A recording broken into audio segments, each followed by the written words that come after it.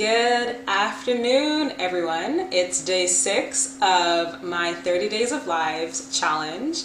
If you have not met me before, my name is Christina Gwira and I am a WordPress web designer. But I wasn't always a WordPress web designer. And in today's live video, I'm going to actually be sharing a little bit about my background and how I even was able to get into web design. So first and foremost, I really want to give a shout out to Ariel Hale. I actually saw this tweet of hers a couple of moments ago, and it was because of these tweets that I'm actually doing today's live. Like a couple of moments ago, I was in my pajamas on my bed scrolling through Twitter, and I was like, oh, I really don't want to do this live. I don't want to do it. It's not something I want to do right now. I've been working since 7. I kind of just want to chill. You know, everybody will understand if I don't go live right now. But I saw those tweets from Ariel, and I was really like, you know what?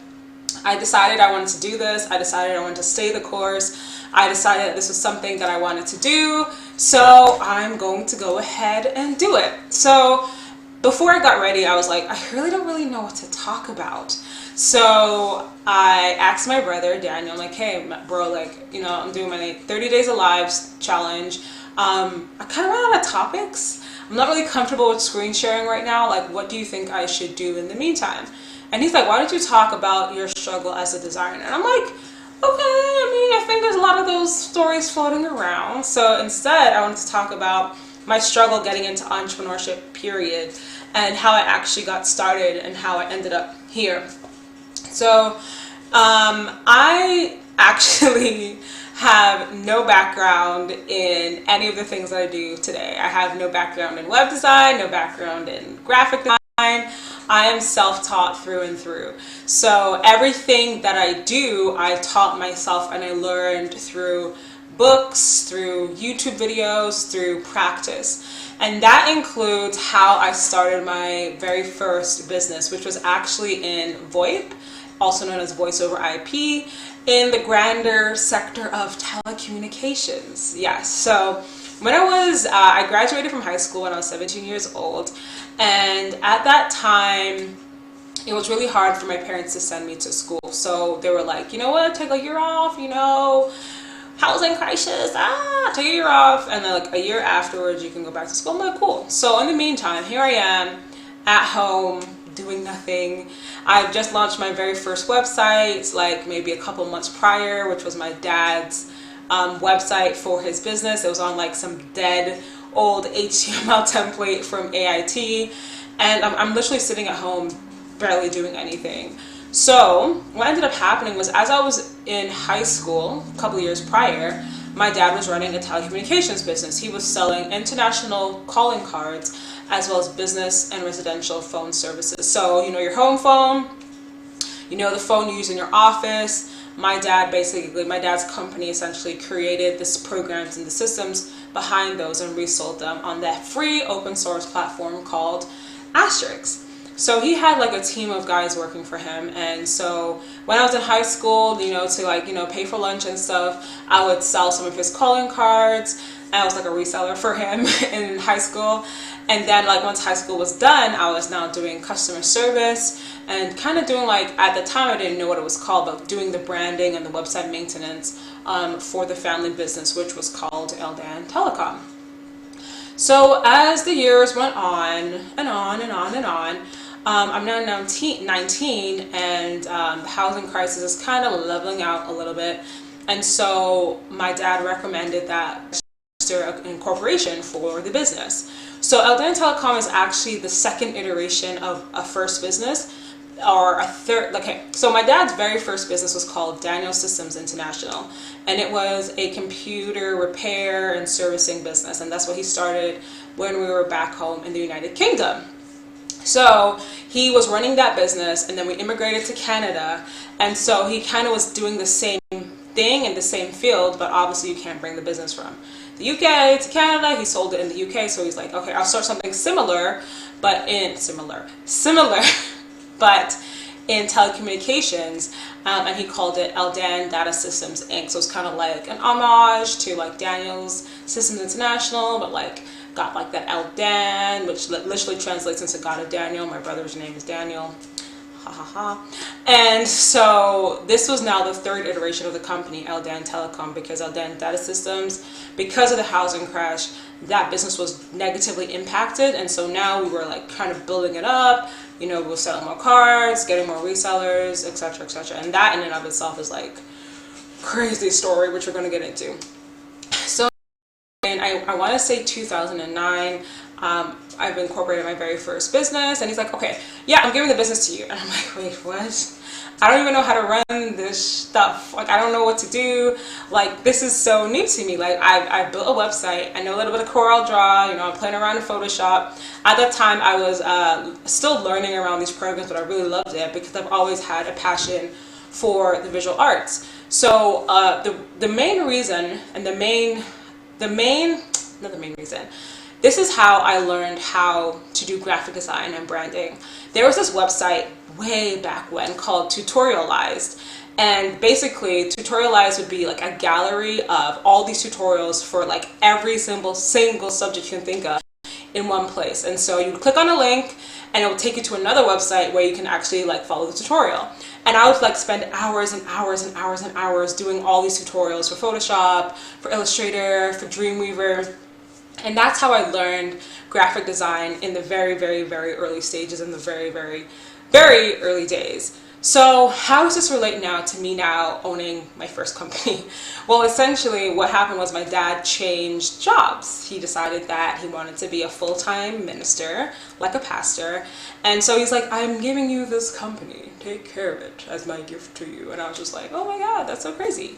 And so here I am now. So I have like servers, I have like UNIX, I have like all of these things, which I like literally had no idea like what they truly were about. And so now I had to learn while on the job, because the business didn't stop running when it was to me. There's still live clients, there's still live customers, there's still people who were using and relying on the service. And so that was how I got my training into learning things like Linux, learning about LAMP, which is literally Linux, Apache, MySQL, and PHP. And that's how I started running my very first telecommunications business. So it's one thing to have to learn all the technical aspects, and then you now have to learn all the sales and marketing aspects. And that's really where, with any business, you need to learn how to advertise, how to market, how to basically draw people to you and make sales. That's really, really important. That's the lifeblood of a business. And I'm gonna be honest with you, I really wasn't really good at it. I was very, very scared when I was running this business because I had no idea what I was doing, and I didn't have anyone to teach me. And I also didn't have the foresight at the time to learn how to run this business properly. So a very big thing that powered this business was resellers. So we would manufacture the calling cards, and then we would give them out to resellers. Or if you're on Twitter, resellers, a very good way for you to know what a reseller is affiliates, and you essentially give them a commission. So let's say, for example, you gave a store 1,000 cards, you would then give them a commission of like 10 to 25%, however much they sold. They would sell it for you, and then like you would take your money minus their commission.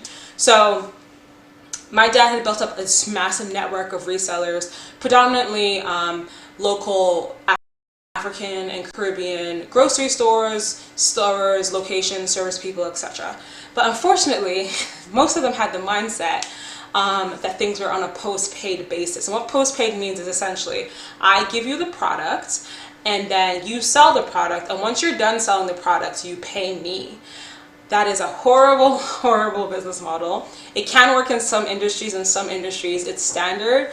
But this business model was actually crippling this Eldan Telecom. It was really hard to get money back from people, and people sometimes wouldn't pay, or they'd pay really, really late. And what that ended up happening was I was really late on bills. And that's obviously not a good thing now, is it?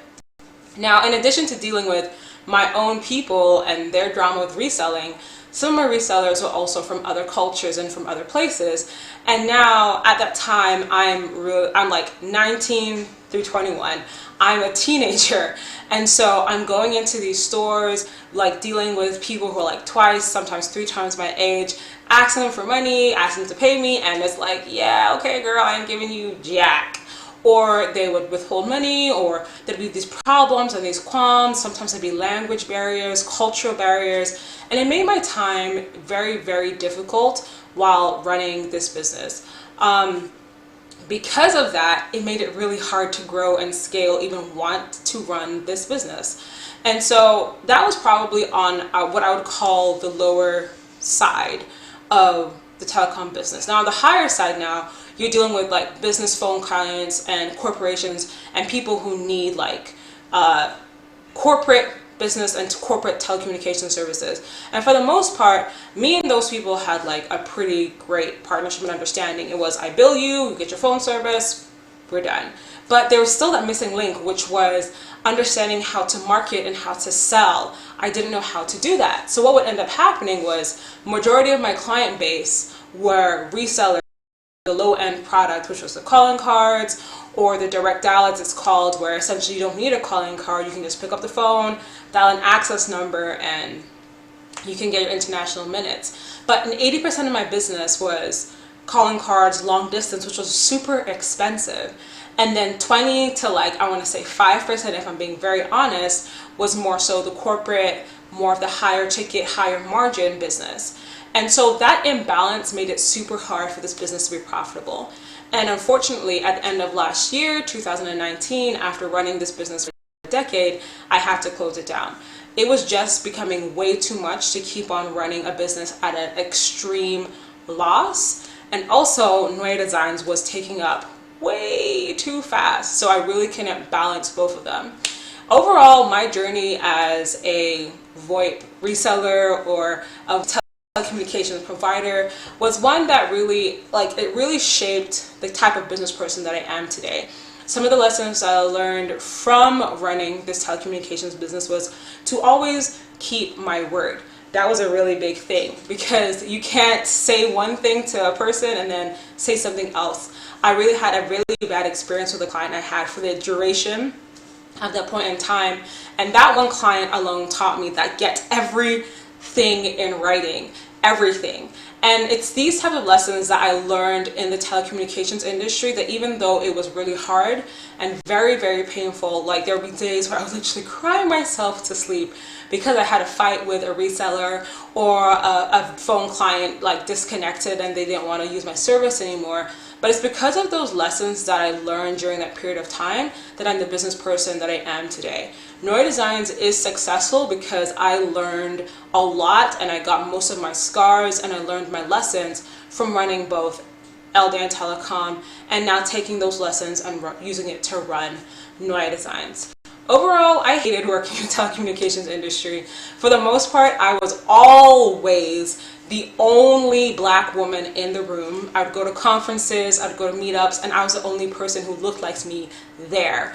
I would go to meetings, I would try and do deals, again, only black woman there. And to add insult to injury, more times than not, I was also the youngest. Sometimes I was brokering deals at 19 years of age, sometimes I was 24, and the people were looking at me like, what the hell are you doing here? But I still knew how to hold my own. One really important situation I remembered was when I was dealing with a particular ethnic printer who prints calling cards here in Toronto, Ontario. And he was from another background, and there should have been some prejudice there. But because of the quality of the work that I provided and the way that I handled myself, he, till this day, has a high level of respect for me, even though I'm fairly certain that if my brother walked in and asked for the same kind of courtesy, he would probably not get it. So one thing I did really learn from running this telecommunications business was to always make sure, especially as a black person, maybe also as a person of color, to be excellent, because people will judge you for no reason other than the color of your skin. Telecommunications really, really taught me that. And what it actually inspired me to do was to make sure that I was always the best, make sure that I was really really on point with my word, make sure that I had everything on paper down to a T. And it also taught me the power of saying no. I truly believe that if I had not taken on this opportunity to run this business, my headspace and my mental health would be in a totally different place. That's a conversation for another day. Anyway, this live went on much longer than I thought it would. I will definitely make sure to check out your comments in this down below after the live goes out. Thank you so much for inspiring me to keep on going with this challenge. Yes, I will still be here tomorrow, even though it's a Sunday. It will be day 7. I'm really excited to do this challenge, and I really want to thank you all for supporting me and bringing me thus far. It's almost a week, y'all. So here's how you can support me. Number 1, if you are on YouTube, please subscribe to my YouTube channel. I'm trying to hit 8,000 subscribers before the end of the month. So if you could please do me a favor, subscribe. Thank you. I appreciate you very much. The second thing you can do is if you're on Facebook, if you could please comment on this video as well as share it, I would really appreciate it as well. I really think it's necessary for people to hear different perspectives when working in different industries, and I really feel that with you working alongside me, we can probably get a message out that people should, I don't know, be nicer and still venture out into doing entrepreneurship in various sectors, especially when there is very little to no diversity in said sector. And lastly, if you're watching me on Twitter, on Periscope, if you could please retweet this video out, give me some nice words, send me some hearts, I'd appreciate it greatly. Once again, my name is Christina. I am a WordPress web designer. And of course, if you need help with your WordPress website, I would be more than happy to help you with that as well. Thank you so much for tuning in.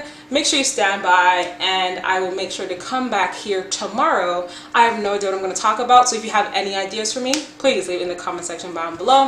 Thanks again for your time. Enjoy your Saturday, and bye for now.